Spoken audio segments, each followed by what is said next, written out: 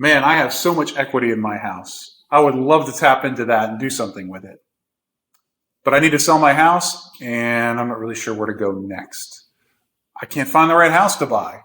There's no inventory out there. What am I going to do? I might as well just wait. Well, before you do, listen up. We've got some options for you and maybe give you some tools and tips to help you figure out how you can take the next step and tap into that equity that you've gained over the past few years.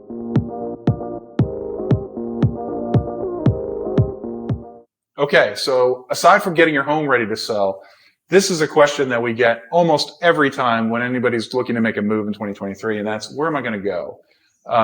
Despite everything that's been happening in the market, we're balancing out a little bit. Inventory is rising. There's still a shortage of homes on the market, and people are really concerned about where's the next place to go. Mm-hmm. So I brought with me our top real estate advisor, Elisa Allen, and she is going to talk a little bit about this. She's been in the thick of this with buyers for the last 3 years, yes, and trying to help them figure out what the plan will be to get them to that next chapter, right? So, Elisa, talk a little bit about some things that you are dealing with folks right now in the market and some solutions that you've been able to give them and provide for them. Sure. Thanks for having me. So this is definitely something that we deal with a lot. I mean, it's the biggest question. There's a lot of people ready to sell, but they just don't know where to go. And so, really, in my experience, the biggest thing with that is just getting really clear up front about what their goals are. And then we go into what the options are. If they know that they're going to want to purchase a home in our area, then we immediately start looking towards that. We get very detailed about what the must-haves are versus the wants. We start looking, and we just really, if we can get a selling date that they want, then we start working backwards from that as far as when do we really need to get hot and heavy into looking for homes? What's our goal date for putting an offer in, and all those marks throughout. But it's just so important to be upfront with what you're wanting to do and getting with an experienced agent who can help you work that plan backwards. Yeah.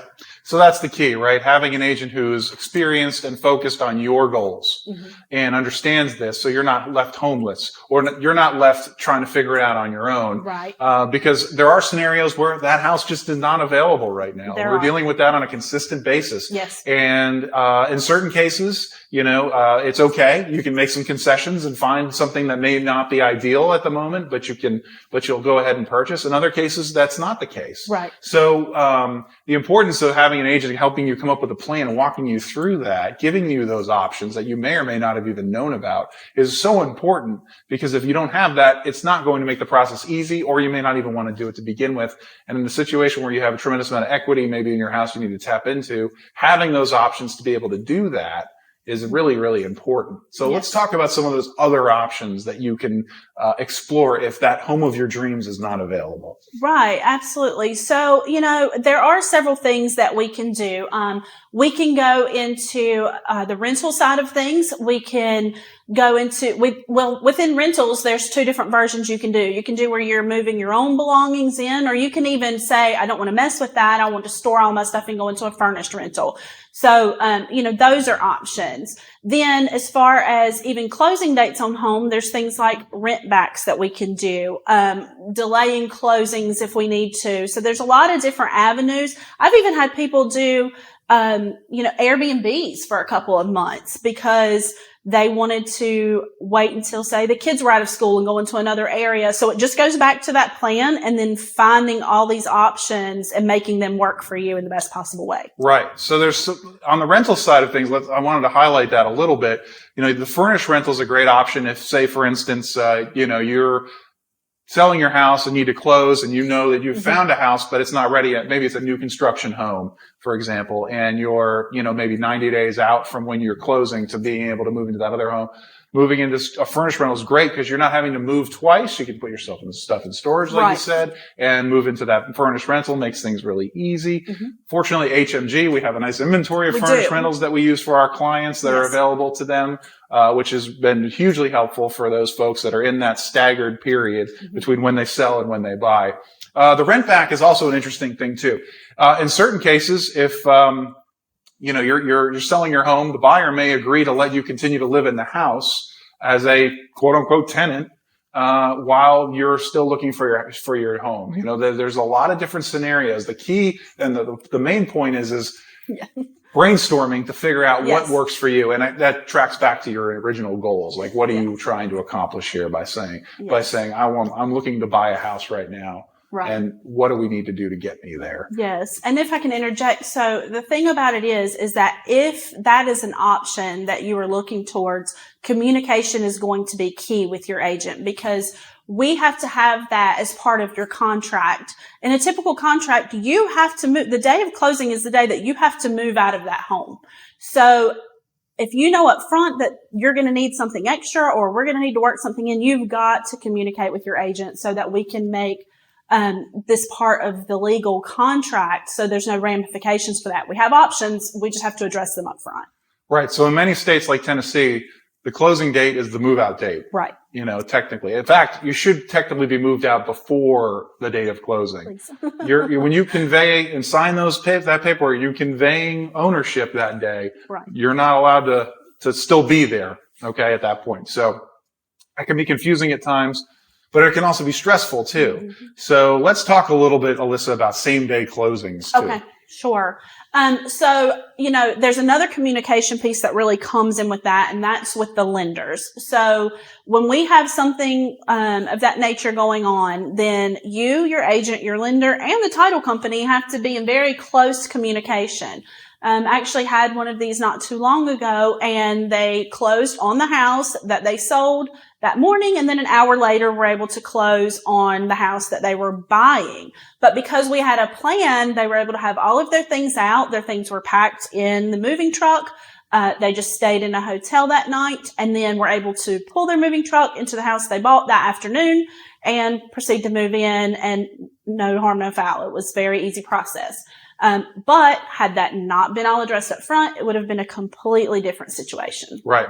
So again, you're working with the good agent. Mm-hmm. They'll make sure that the day you actually purchase and sell are all intertwined and working, and it all makes sense. So you're not stuck with a moving truck full of things that you can't move into a house because the timeline didn't work out. But same day closings are common, and they are things that you can do, and it is a very a great way to move. It's actually the best way to move in many cases, but it needs to be coordinated. And if it's not coordinated, it can be really, really hard. It could be a disaster, and it'd be really, really difficult. So again, it's important to plan up front. And with that planning comes moving. Yes. Right? And that's another part of the process that sometimes gets lost in the mix. We get so worried about contracts and showings and home inspections and all the different parts of the process, the loan, homeowner's insurance, that we forget about scheduling movers, you know? So talk a little bit about when a moving plan should be set up and how that should go. So really, you want to start thinking about the moving plan latest date of when you accept an offer on your home. I mean, once you know the date, the closing date that you have to be out by, to me, it only makes sense to then start working backwards from that. You'll know, is your stuff going to storage? Is it going all straight to a new home? If it's going to storage, then take advantage of that, and you can start earlier. It's just making a clear and direct plan on the best way and the easiest way for you to get this done without waiting till the last minute, costing you extra money, scrambling for someone to help you move. Like, figure out what help you're going to need in order to move things. We have resources for movers.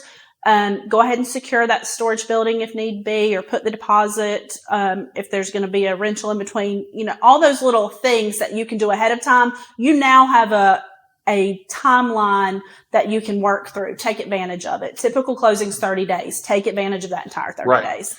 So Elisa's right. Well, as soon as that property's under contract, you should have movers scheduled at that point. And then obviously begin that packing process.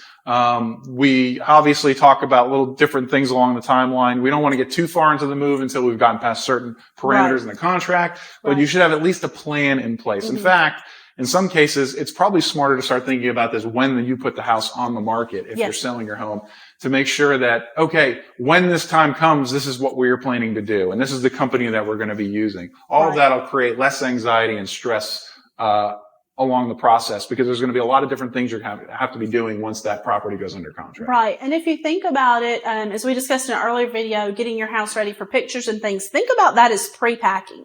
Like you do a first level of packing at that point, then you're just that much ahead of the game. Alyssa, thank you. You're welcome. Thank you.